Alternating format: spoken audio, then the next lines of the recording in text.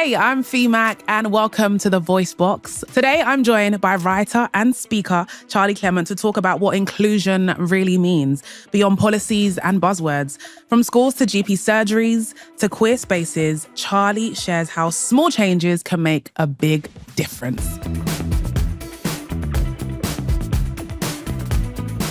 Welcome to the podcast, Charli. Hello. I love this fit. This is everything. Thank you. Why are we wearing yellow today? Well, it used to be because I was purple-haired and it went really well with the purple, and now I'm not anymore. Oh, gosh. I was purple for 3 years. That's a commitment. Yeah, I like a bright suit because I think that, we're told that professionalism has to be like black suit, navy suit vibes. And yeah, it's just not for me. Yeah. I just like rock up to like Parliament in like a blue suit, and it's fun times. That is great. Parliament needs a little bit of Charli brightness. Yeah, just a bit like in March I was just there with like purple hair and fab. it just needs a bit of spice, you know? Yeah, no, I definitely agree. We've got to talk about the journey to writing All Tangled Up. What was that journey like for you? So I signed my book deal at 21, I think. And that's young. Like I look back Very and young. it's only a few years ago, but even now I can look back and go, that's young. Yeah. But it was really the book that I needed 10 years prior. So I started having issues with my physical health, notably at 10.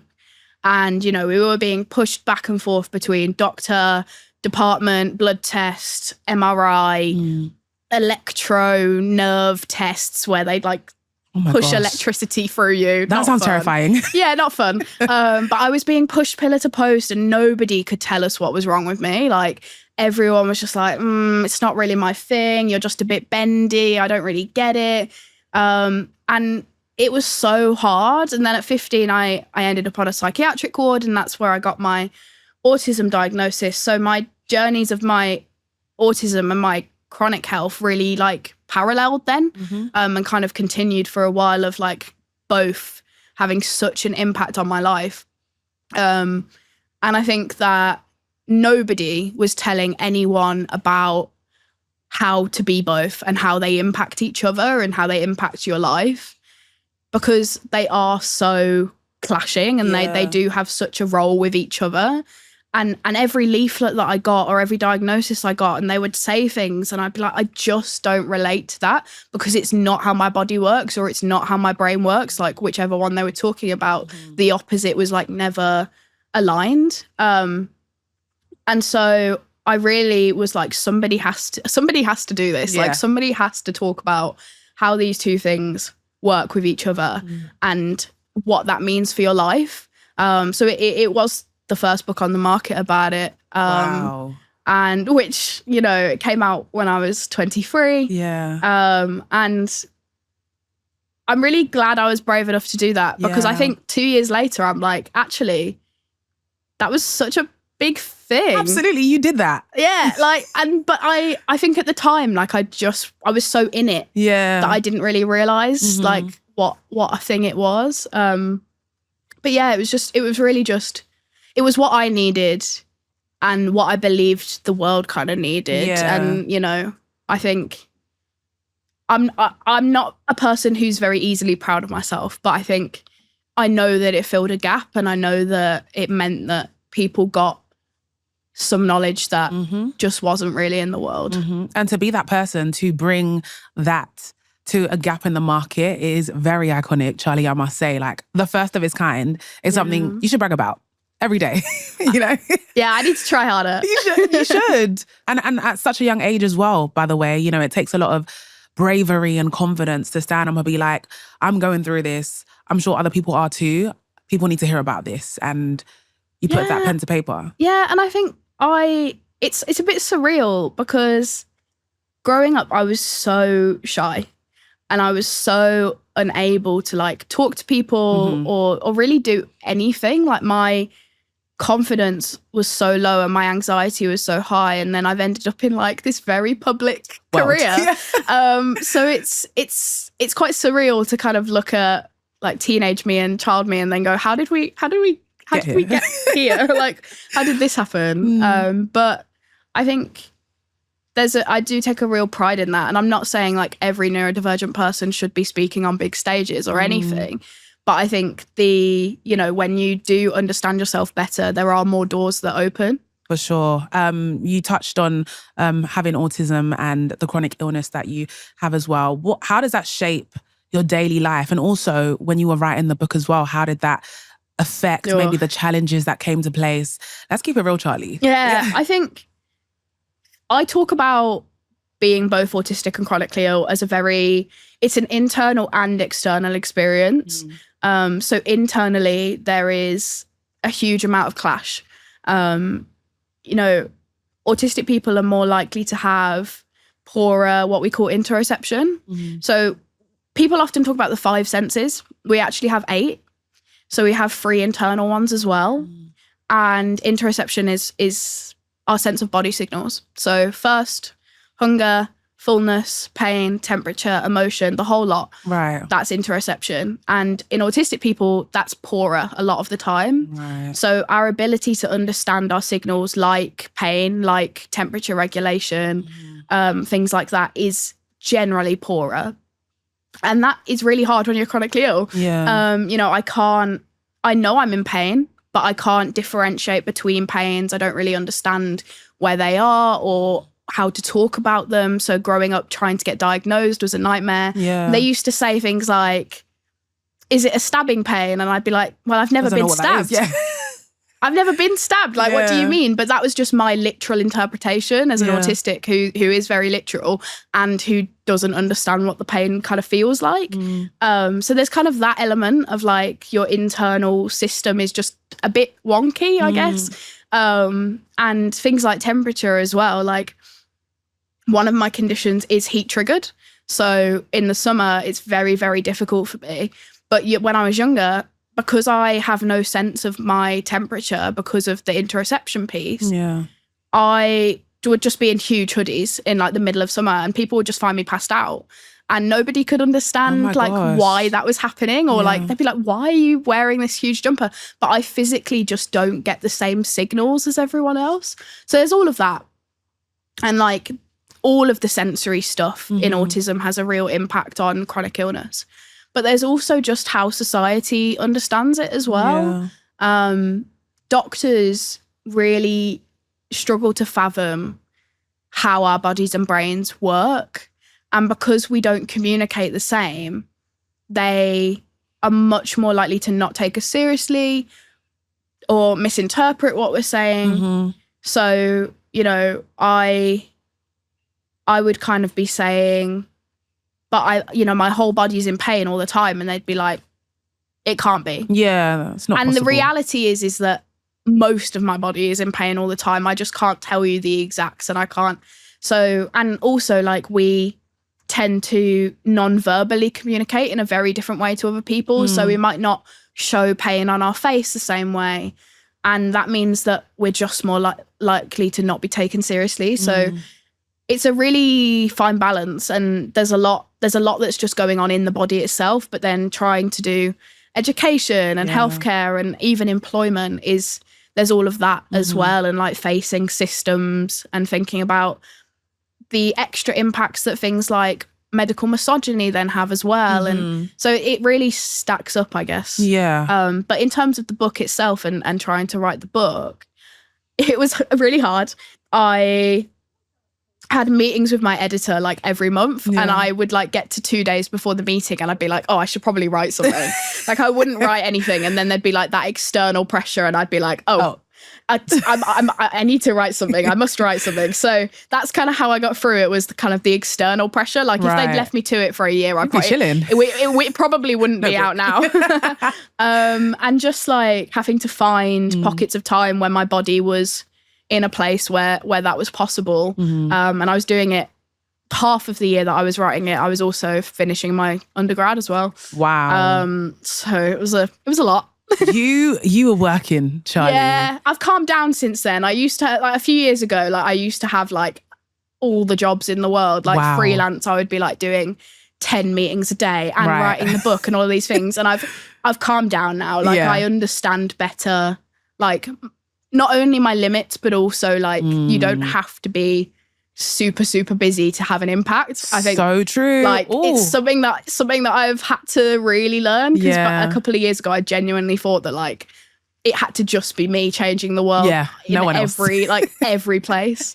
So we've calmed down. That's a good lesson though. That's a good lesson. And I guess that comes with being like super passionate about what you're talking about, or maybe your community, the community that you're representing. And and I think it's difficult because I think I've done the opposite to what some people do. Like their career kind of goes like that. And actually for me, like I've allowed it to, it's not flatline. No. Like you're here, babe. I'm doing things, but I'm just calmer, more selective, and the output is better. Like I used to be so, like a couple of years ago, I was so frantic all the time. So I was just dashing from place to place. Like in first year of uni, like people were like, oh yeah, you won't see Charli. Like they were always in a meeting. Yeah. And like, that's not the person I wanted to be. Like I wanted to also like live. Be outside, yeah. Like, you know?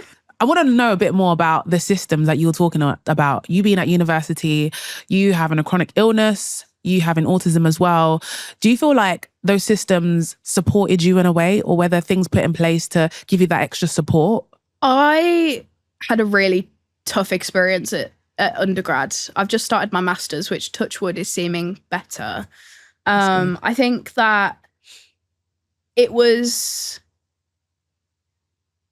some of it was about me and some of it was about them. I think I was less able to understand what I needed, but there was less willingness to provide it as well. Right. I think the difficulty we find with a lot of systems, like this is the same in healthcare and stuff as well, is that the individuals really want to give you what you need and want to help you, but the system doesn't allow it. And the barriers that you come up against and policies and, that we just don't do that. Things like that is what stops people from getting what they need. Like, you know, you come up against all these individuals who, you know, bless them, will like promise the world to you and kind of say like, yes, you need this, we can get you that. And then they can't. And I think it's difficult, and I always really feel for those people in those systems who are trying their best but actually physically cannot provide. And the thing with systems is that all of the systemic issues are baked in. Like they're not, like people often say about some systems that the systems are broken, and I always say that they're not broken, they were built that way. Like they were built on purpose to be like that. Like ableism and racism and all of these things are there on purpose. Right. Like they're not, they didn't come along later down the line. Like they were baked in, like at the start. Yeah. That's what they were based on. And it's really hard for people to unpick that. So I think, you know, I think like my experience at kind of undergrad level, I can kind of look at it and go, I understand why that happened, but it shouldn't have. Yeah. And I took a year out in the middle and then went part-time when I went back. So it took me a really long time. Like it took me 5 years to finish my undergrad. And for a long time when I was in it, I felt a lot of shame about that. Like I would talk about it and I would feel really ashamed about it. And it took me a really long time to go, no, like I finished it. Literally. Like I went back, I finished it. Yeah. And I did that amongst the systems, and people who don't finish it shouldn't be ashamed either, because the systems aren't built for them. Yeah. And it's okay if you have to walk away and say, I just can't do that. And yeah, I think people don't realize like you can take a year out, you can go part-time, you can do all these things. And actually, like, that's fine. Like, the system tells you that's wrong. Yeah. And you end up with more debt, I will say that. But actually, like, that was what was right for me, and there's nothing wrong with that. And I came out with the same degree as anyone peers, else. Yeah. So, like, it was fine. It's a win-win because you put yourself first and you still finished it at the end of the day. Is there anything that both students and teachers can do together to make an adjustment work, or to make a system work that benefits the student the most? I think I always say, like, have more conversations. Often these things are a little bit automated, or they'll, like, disability services will be the people to kind of make the plan, but they're not the one teaching you. Right. They're not the one actually enacting what your plan is. And so like at the start of a module, I will like go up to the lecturer and kind of say, you know, can we have a chat? Can we go through my adjustments? And actually there's these things that they wouldn't put in my plan, but actually would be really helpful. And those conversations are really what changes it for me. And I used to do the same thing at the start of school years as well, when I was like in GCSE and A-level, and kind of say, look, like you have to put a name and a face to the paper that you've been given. Like that is not who I am. Like, because you get these long lists of paper that's like, Charli needs you to do this, this, and this, and this. And Charli has all of these difficulties. And I don't see it as like that. Nothing is wrong with me. Yeah. Like there's absolutely nothing wrong with me. It's society that believes that. And when you get these long pieces of paper, or you go through the benefit system or wherever you are, they will always focus on what they perceive to be your deficits or your difficulties. And actually having bigger conversations as student, as teacher, as person and doctor, whatever, it really puts more humanity in it. So true. And I think disabled people particularly are so dehumanized a lot of the time, and really only put into our cost on the system or whatever else, both in healthcare, education, everywhere really. Yeah. And humanizing it and having those discussions can really put you in a place where you can go, okay, I get it. Yeah. Let's make it happen, kind of thing. Yeah, it's a good point of humanizing, because it's true. Like, just because someone may have a disability, that does not define them as a person. Like, we should still... Yeah, I mean, it's interesting. Like, I will always say my disabilities do define me, but not alone. Yes. So I think I'm allowed to believe that they do define me, because they impact absolutely every part of my life. And you know, I perfectly respect anyone who says they don't define them.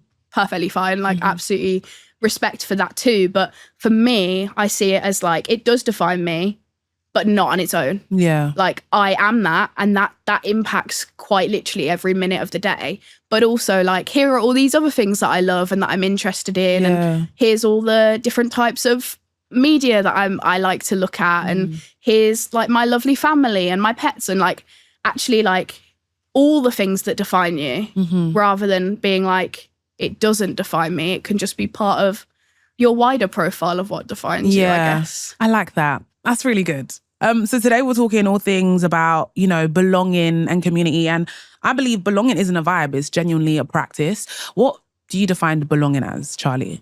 I think concepts like equality and equity have reached a point that they're actually not enough. And I think for me, belonging really aligns with things like inclusion that go that step further.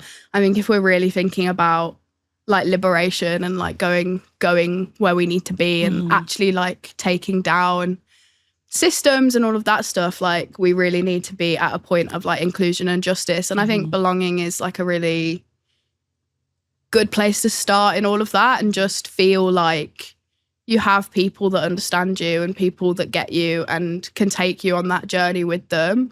I think for me, it took a really long time to get there. Like growing up queer, disabled, not knowing that I was neurodivergent until I was 15 as well.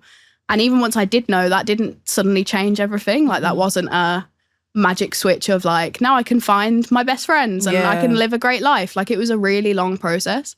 So it's really interesting to think about how do we belong and how do we help other people belong. That is so good as well, especially with the helping other people belong, because there are plenty queer, disabled, neurodivergent individuals that are out there as well. And for them, they might not have a sense of belonging anywhere. Yeah. For anyone who is that kind of person, where should they start? It's difficult because I think I always jump to like go online, and I think it's difficult because there's some really horrible stuff online too, and you have to really look after yourself, and you have to make sure that you're being safe while you're doing it. But that is one of the main places that I found my people. Like I really did. I was on social media too young, really. So, you know, I'm not advocating what I did, but I think growing up, just having a different space and, you know, more and more now there are more and more like groups and local charities and things that are running places for people to go and find that. So there's definitely more of that than there was 10 years ago when I was going through it.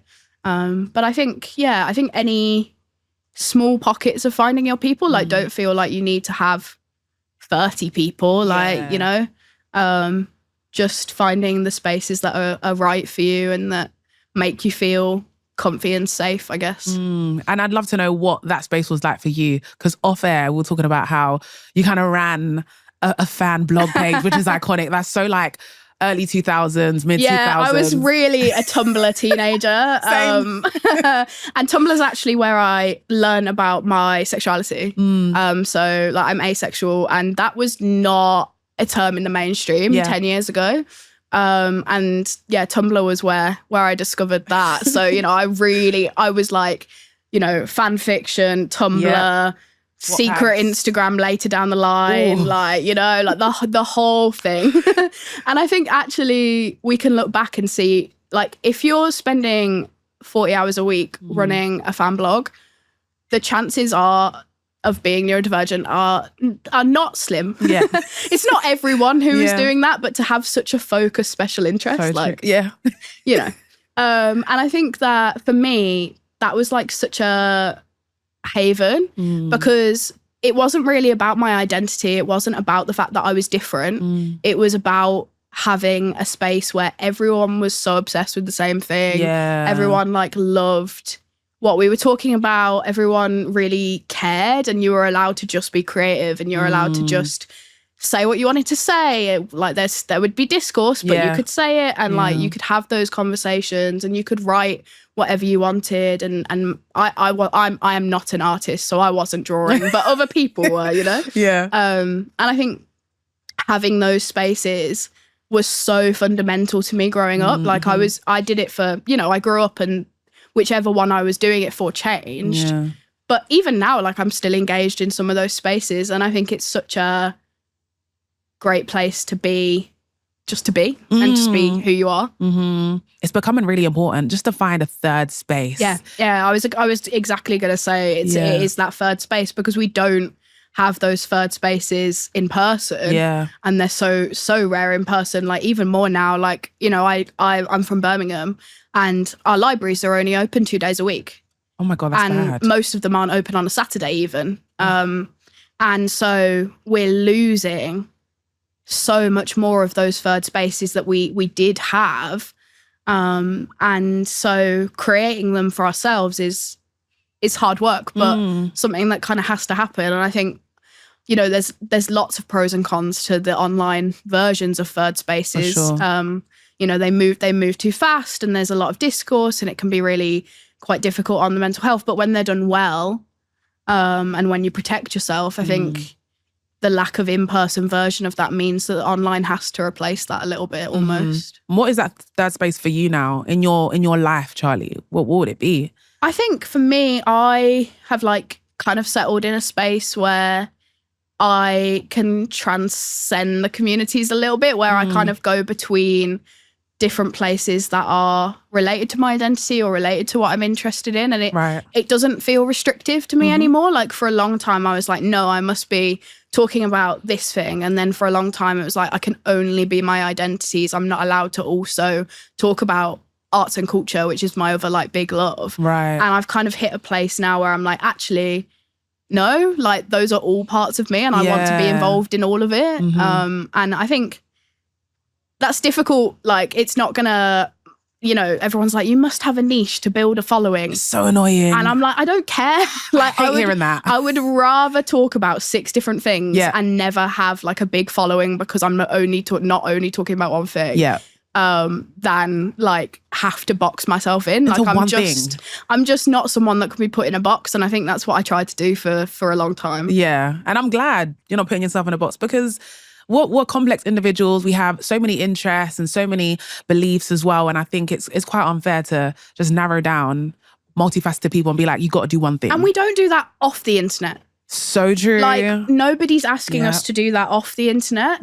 Nobody's saying that you can't like go to the cinema and read books and like science. Like in person, that's absolutely fine. You're allowed to do all of that. But as soon as you're like creating content or you're posting, it's suddenly this thing of, no, actually you must box yourself in, and you must talk about one thing. And offline and online aren't separate. So true. Like, they are both us. And so it's fascinating to me, like this thing of, you have to do like one, maybe two if you're lucky. Maybe two, yeah. You know? So I don't allow it anymore, I don't think. Well, I'm so glad we're on the same page with that. So we have a segment on the podcast where you get to teach us something and you have a minute to do so. It could be on anything, Charli. I've been stressed about this. Sorry. I'm not gonna lie. No pressure. Do you know what you want to talk about? I think so. Okay. Let's get the stopwatch on. Whoa. And very professional. There we go. So I thought I would talk a little bit about bottom-up thinking. So autistic people have what we call bottom-up thinking. Non-autistic people have top-down.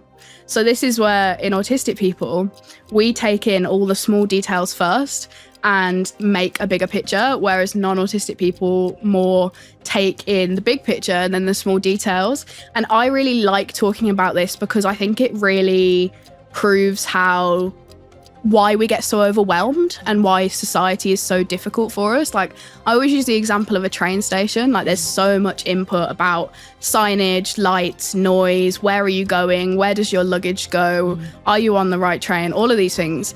And I never feel more neurodivergent than when I'm on a train or the tube, like, because it's so clear.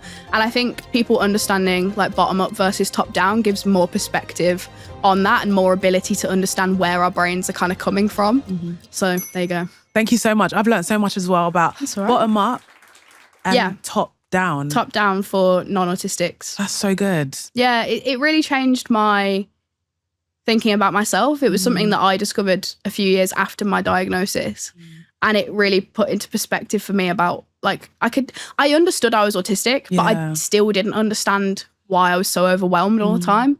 So it really put that in perspective for me. That's very helpful. I feel like we can talk about identity now. And where do you find your community? I think that I've had to learn how to find little pockets of community and little almost moments of it, because I think when I was thinking at the start about finding community, I really believed you had to have like a core group that you were always with, that you were always talking to, that you were like going to events with or hosting events with even, or like whatever. And you had to have like this one pocket. And I've had to learn that actually, like, I have people over there and people in that group chat, and I go to that event and that makes me feel good. And that's really been a big thing for me, is the thing of it doesn't have to look one way.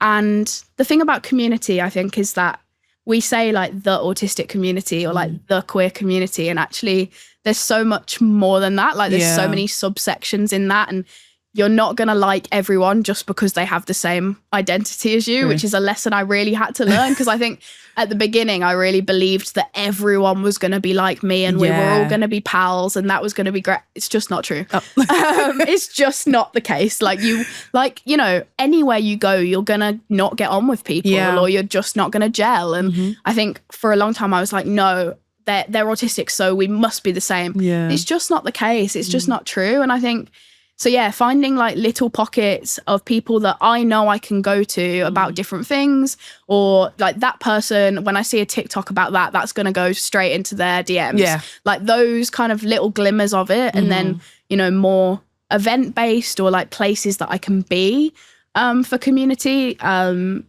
is what really, really helps me, I think. Do you find that quite a lot of your communities overlap one another? Yeah, absolutely. So we know that they do. Like, research says at the moment that autistic people are 3 to 6 times more likely to be LGBTQ+, particularly asexual, non-binary, trans. So basically I'm a stereotype is what I'm saying.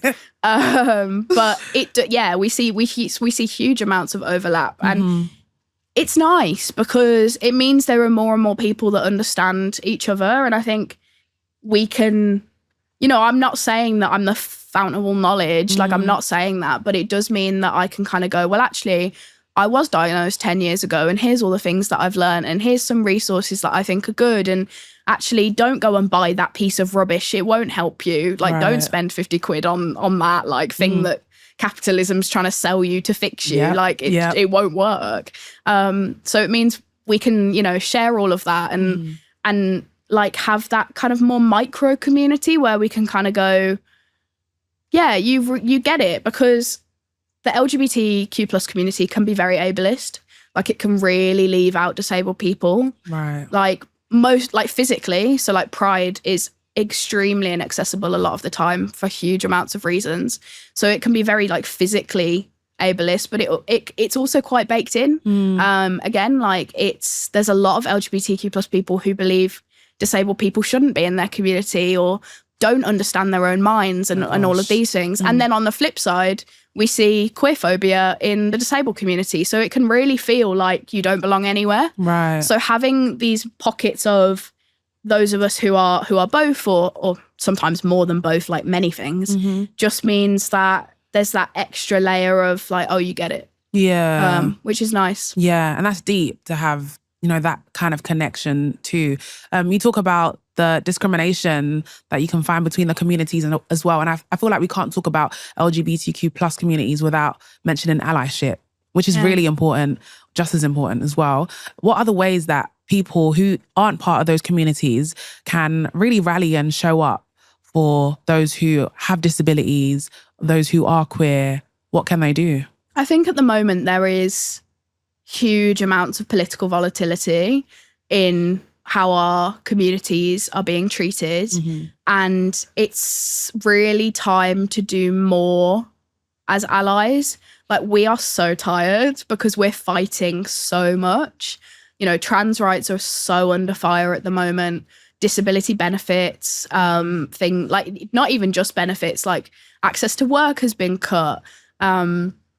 People do not want disabled people included in society, essentially. And I think it's time for allies to really step up. And if you can put your money where your mouth is, that's great. If you can't, badger your MPs. Yeah.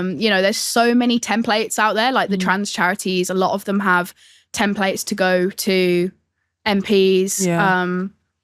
Even local councillors. Badgering for more third spaces and protesting against things like the library closures. Yeah. There's so much more that people can be doing. And I think that there's absolutely nothing wrong with social media activism. That's where a lot of my activism's been based. And I genuinely believe that digital activism has an impact. Like, I'm really passionate about that. But I also think that for people who are not disabled or have more time or money, that actually that this is the time. Yeah. Like, this is really the time to step up. This is the time. We also have another segment on the podcast. I know, there's so many, we can't get enough. So this is all about you sharing something that you've changed your mind about. I don't know. I think that I've lived a lot of life in not very many years. And it means that the way that I grew up in a very liberal family. Like, my mom is like so left wing and pagan and also queer, also disabled. So I grew up in a family that was already very like me. But I think that I was going from this like family that really supported me and really understood me into a world that didn't and was like very cold. And so I like genuinely believed that I was broken for a really long time. Like, even when I got my diagnosis, I genuinely believed that I was broken. Like, it wasn't I'm not broken, I'm autistic. Like, it took more years than that to go, no, actually, that doesn't mean that you're broken or wrong or like have these deficits. Like, it took me a really long time to go from, this is a part of me and it makes me different and society's not built for me, but that's not my fault and it's not really about me at all. Yeah. Yeah, I think it's interesting. I love that. Thank you so much for sharing. And that vulnerability as well, because you're not the only person who's probably felt that way. And someone hearing you say that can change how they view themselves as well. No, yeah. And I think it's really important that the point about, for me, is about like the diagnosis won't change it instantly. I think a lot of people get a diagnosis and believe that it should fix how they feel about themselves or like their life should instantly change. And actually it can be so much longer. I'm still working on it. Like it's 10 years in February. Wow. And I'm still working out what it means for me, what it means for society, how I unmask, like who I am. Like it's a long process. And I think social media is so fast, right? Yeah. Like TikTok like moves at the speed of light. Oh my gosh. So for things like autism, I think it can appear like people get a diagnosis and then they're like, we're good now. Yeah. Sorted. And it's actually not like that for most people. If anyone, I don't know if it's like that for anyone really.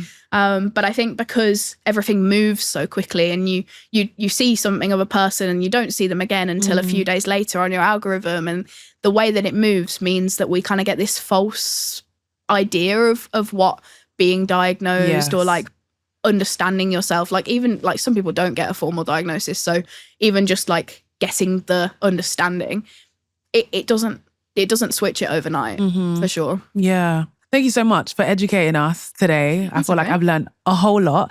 Can you tell us what's next for you, Charli? What is on the cards? I don't know. I'm in a bit of a fluctuating space at the moment. I'm really trying to talk more about the arts and culture side. So my Substack, it's called All Consumed. You can find me over there, is about like thinking about identity in the context of arts and culture and capitalism and stuff.